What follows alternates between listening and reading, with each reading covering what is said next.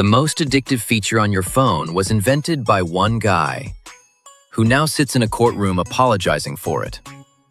His name is Asa Raskin. Around 2006, he built something tiny that ate the world. He invented the infinite scroll, the bottomless feed that never, ever ends. Before this, websites had pages. You clicked, you finished, you got to stop. Raskin removed the stop. He deleted every natural place where you'd pause and think, hey, maybe I'm done. His lesson, in his own words, optimizing for ease does not mean best for the user or humanity. In 2025, he testified against Meta, saying his creation traps people and has wasted countless human hours.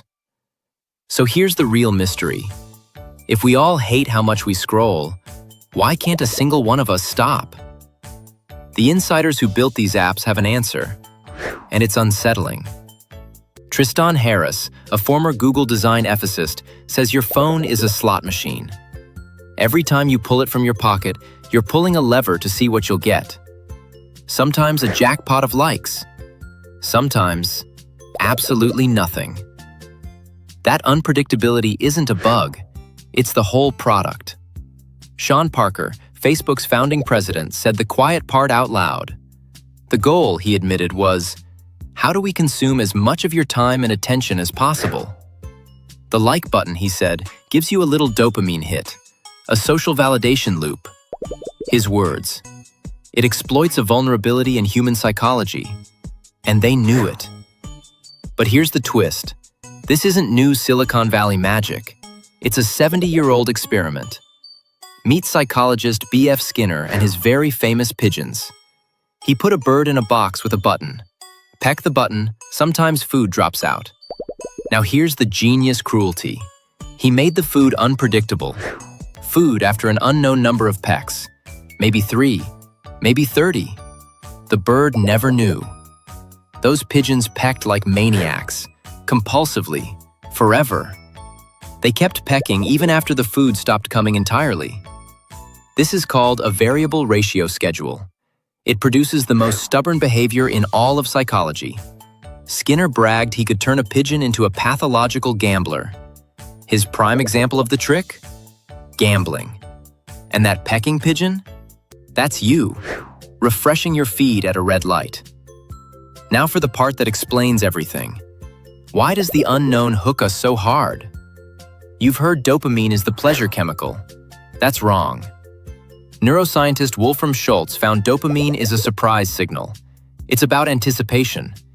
His neurons fired hardest for rewards the brain did not see coming. For a reward you fully expect, the neurons stay bored and silent.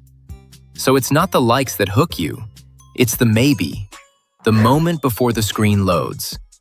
That little pull to refresh spin is engineered to be the most thrilling part. You're not chasing the result, you're chasing the gamble itself.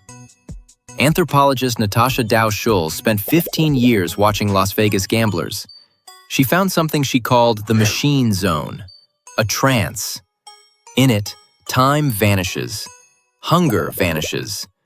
The whole world fades to one tiny screen. It's continuous, solitary, and fast. Sound familiar? That exact trance now lives in your pocket. Same loop, no casino required. And the numbers prove the trance is winning.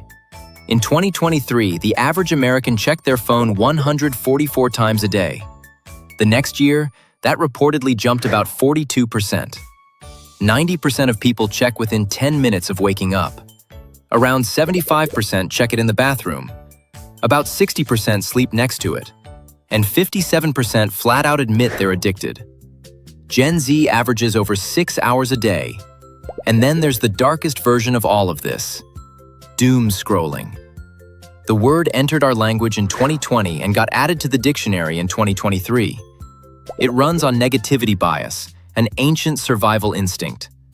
Our ancestors who paid attention to threats lived. So bad news grabs us harder. Your brain treats every alarming headline like a tiger in the bushes. Here's the cruel twist. Doom scrolling makes you feel worse, and you keep doing it. Stress drives more scrolling. More scrolling drives more stress. It's a perfect trap that feeds on its own misery. And it's the same Pigeon button all over again. So that inventor apologizing in court? He's right to.